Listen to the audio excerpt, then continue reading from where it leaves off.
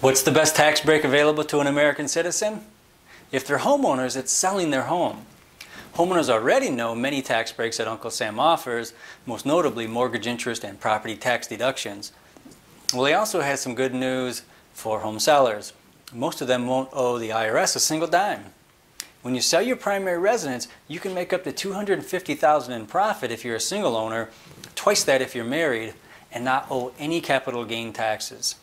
When the Taxpayer Relief Act of 1997 became law, the home sale tax burden eased for millions of residential taxpayers. The rollover or once-in-a-lifetime options were replaced with the current per-sale exclusion amounts. Another bonus to the new rules, you don't have to buy another home with your sale proceeds.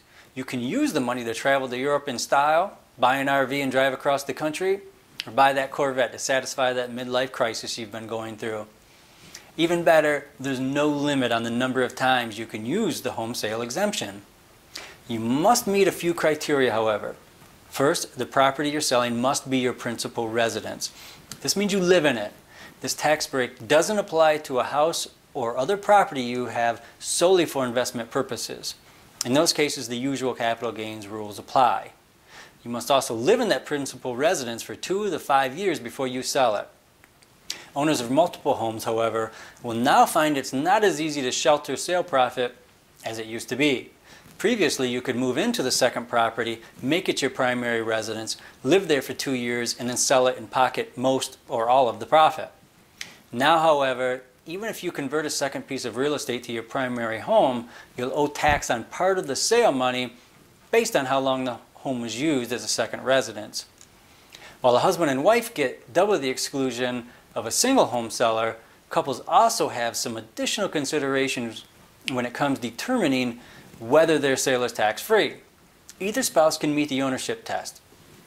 For example, the IRS says it's okay if you own the home for the past 2 years, but you just added your new husband to title when you got married 6 months ago. Since you own the residence for the required time, as joint filers, you have no problem meeting the ownership test even though your husband wasn't an official owner for that long. However, husband and wife must pass the use test.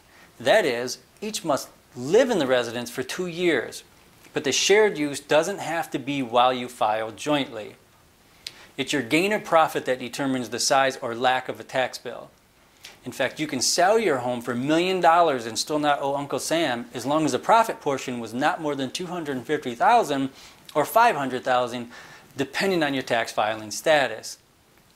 If you can exclude all the gain, then you owe no taxes. To arrive at your gain amount, you must first establish your basis in the home.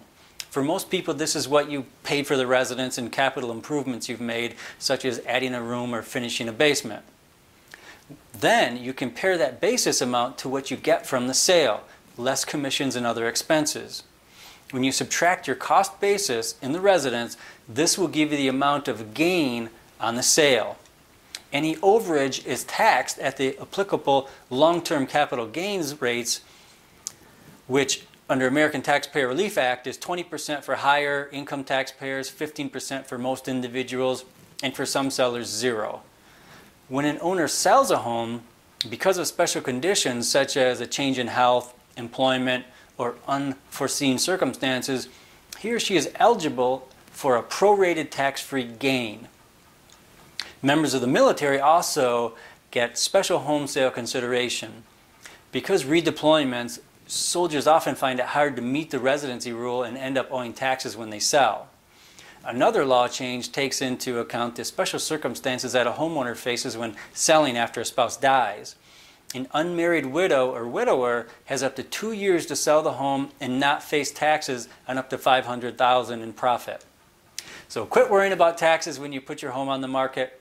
Chances are good that Uncle Sam won't be able to lay claim to your hefty home sale profit.